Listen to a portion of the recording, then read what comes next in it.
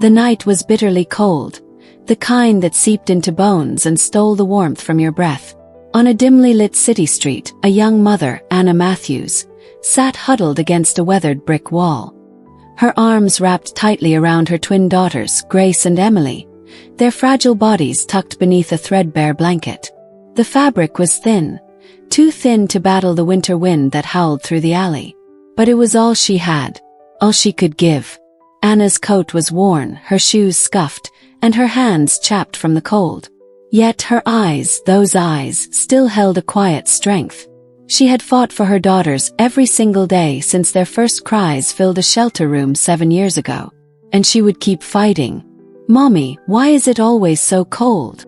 Grace's voice was a whisper, laced with both innocence and a maturity far beyond her years.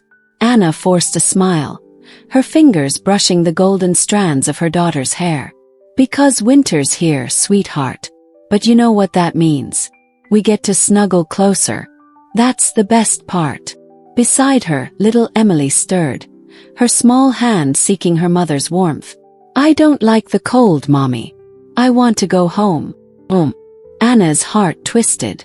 She remembered what that word used to mean: safety, laughter, a roof that didn't leak when it rained.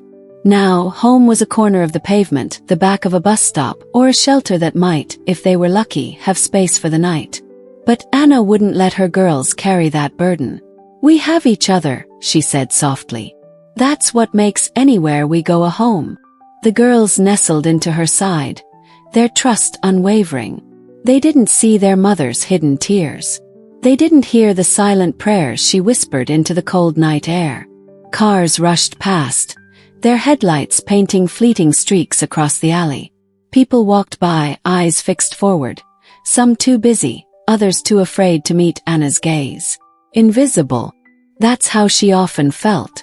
As though her struggle, their struggle, was something the world had chosen to unsee.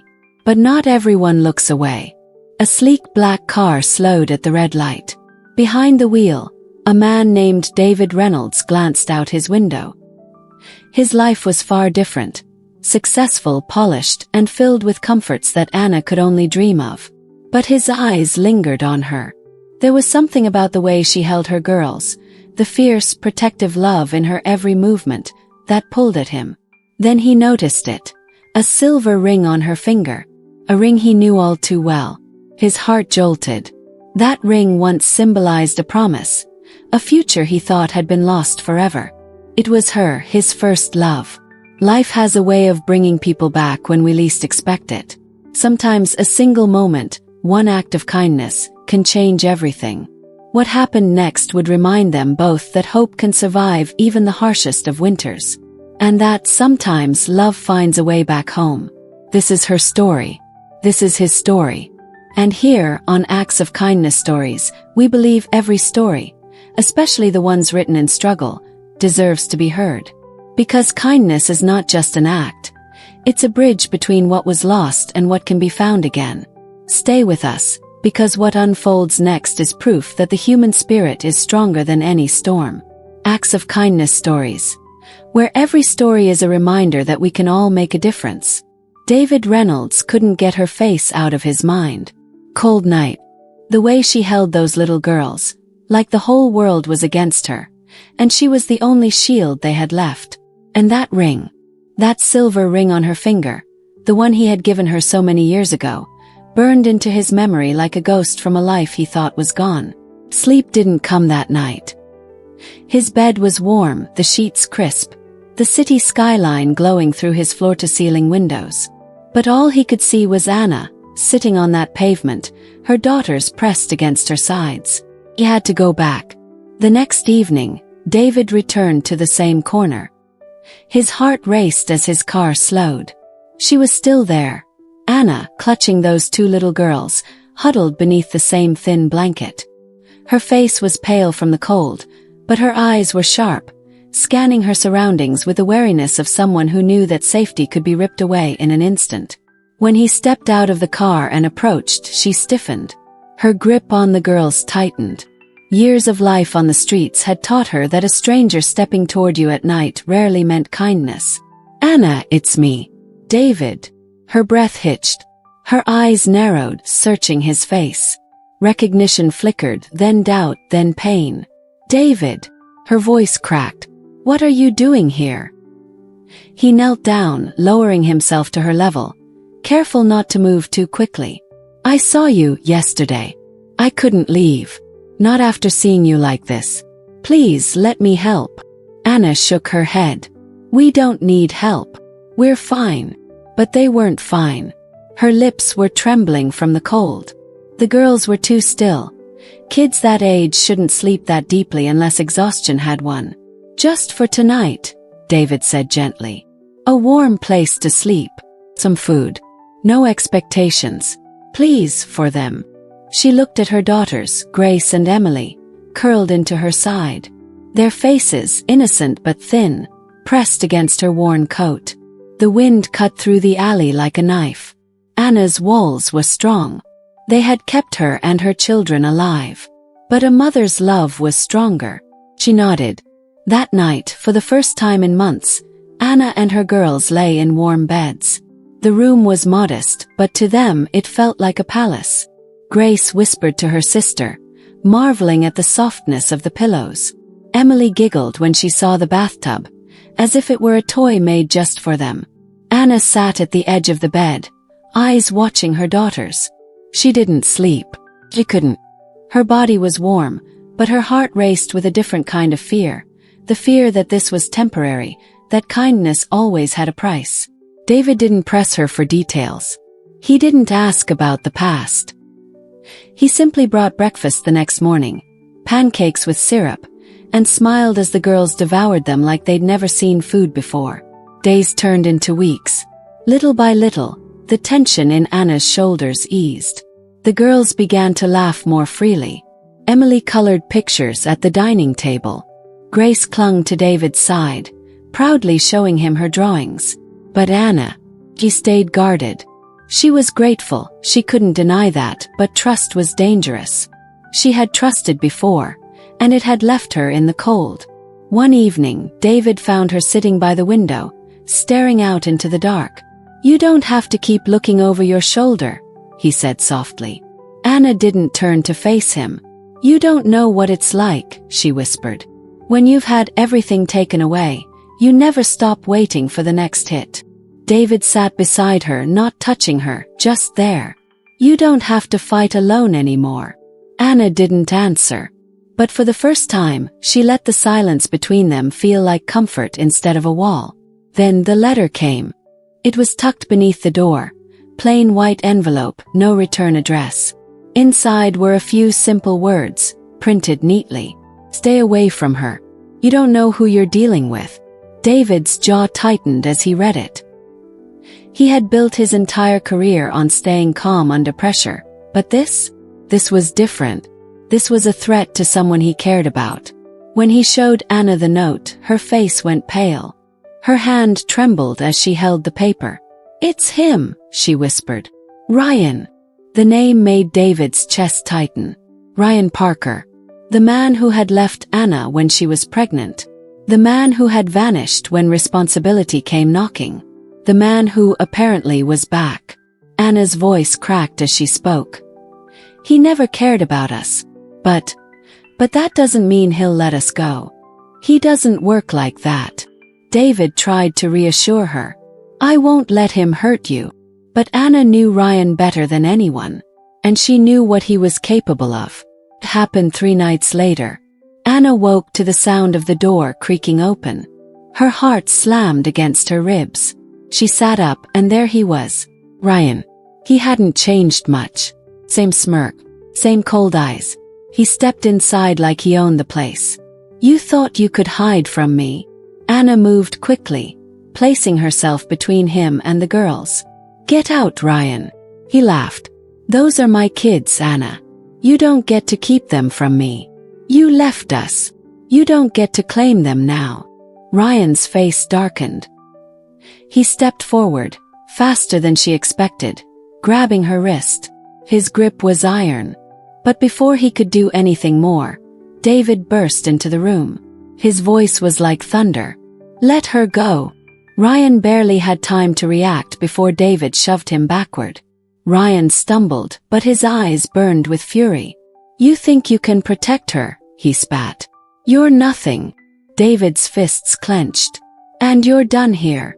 Police sirens blared outside. The guards had called them. 2 officers stormed in, pinning Ryan to the wall. "This isn't over," he shouted as they dragged him out. His voice echoed down the hallway. But it was over. Anna dropped to her knees, holding her daughters as they woke, frightened but safe. Tears streamed down her face. Tears of exhaustion, relief, and freedom. David knelt beside her, his hand resting gently on her shoulder. "You're safe now. You don't have to run anymore."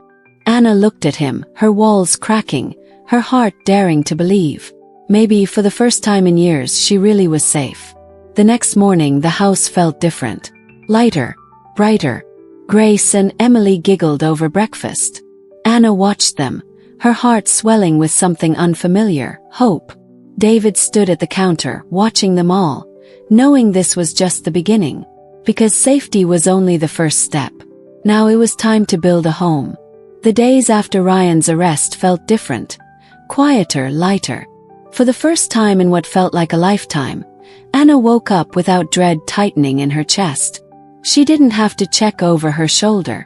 She didn't have to plan an escape route before stepping outside. The girls noticed it too. Grace danced through the hallways of the estate, twirling in circles as if she had just discovered what freedom felt like. Emily's laughter rang out in the mornings, pure and bright, laughter that no longer carried the weight of hunger or cold nights. Anna watched them from the kitchen, her heart full in a way she had almost forgotten was possible. She had fought so hard just to survive. Now for the first time she felt like they were finally living. David was there every step of the way. He was patient, never asking for more than she could give. He read bedtime stories to the girls, sat with Anna over quiet cups of coffee in the early mornings, and reminded her, without words, that she was no longer alone. One afternoon, as the sun painted the sky with warm hues of orange and pink, David called the girls into the living room. Anna followed, curious. On the coffee table sat a small velvet box. Her heart skipped, but she stayed still, letting the moment unfold. David knelt, not as the man in a suit with a world of wealth, but as the man who had stood beside her in her hardest moments. The man who had chosen her, not out of guilt, but out of love. "Anna, these past few months, I've watched you fight for your girls. I've seen your strength, your love, your heart. I've also seen how much I love being part of your life, part of their lives. I don't want this to be temporary. I want us to be a family. For real. Forever. Will you marry me?" The room fell still. Grace and Emily held their breath, eyes wide, their small hands clutching each other like they were holding on to hope itself. Anna's eyes welled with tears, not from sadness, but from the overwhelming release of all the pain, all the loneliness, all the nights she thought this kind of happiness would never be hers. She didn't need to think. "Yes." Her voice was soft but certain. "Yes." The girls cheered, wrapping their arms around them both. David's hand trembled slightly as he slipped the ring onto Anna's finger. It wasn't just a symbol of love. It was a promise. That from this day forward, she would never face life's storms alone. Their family was no longer broken. It was whole. Weeks later, Anna stood in the backyard of what was now their home. She watched as Grace chased Emily across the grass, their laughter filling the space that had once felt so empty. David was nearby, holding a kite, teaching the girls how to catch the wind. Anna pressed a hand over her heart, feeling the cool metal of her new ring, the one that represented not just love but hope. She thought about the night she had huddled against that brick wall, clutching her daughters in the cold. She had believed that was their life, that struggle would always define them. But life had surprised her. One act of kindness. One person who chose to see her, not as a burden, but as someone worth helping. That choice had changed everything. Anna knew there would still be hard days. Life wasn't suddenly perfect. But now, she faced the future with something she had long forgotten. Belief. Belief that love could heal wounds. Belief that people could change. Belief that a helping hand, offered without judgment, could save more than a life. It could rebuild a family. Because kindness isn't weakness. It's power. The power to lift someone up when they've fallen so far they can't see a way out. David's kindness had given Anna and her daughters a second chance. And now their story, of struggle, survival, and love, was a reminder to everyone watching. No one is beyond hope. Sometimes all it takes is one hand reaching out. That hand could be yours. If this story touched your heart, if it reminded you that kindness can change lives, please support this channel by liking the video, sharing it with others, and leaving a comment below. We would love to hear your thoughts. Have you ever experienced an act of kindness that changed your life? Or maybe you've helped someone when they needed it most. Let us know in the comments. We read every single one. And if you haven't already, please subscribe to our channel Acts of Kindness Stories New. Help us reach 10,000 subscribers, so we can continue bringing real, powerful stories like this to you and to others who need hope. Together, we can build a community that proves kindness still matters. Together, we can remind the world, one story at a time, that no one is invisible. Thank you for watching. We'll see you in the next story.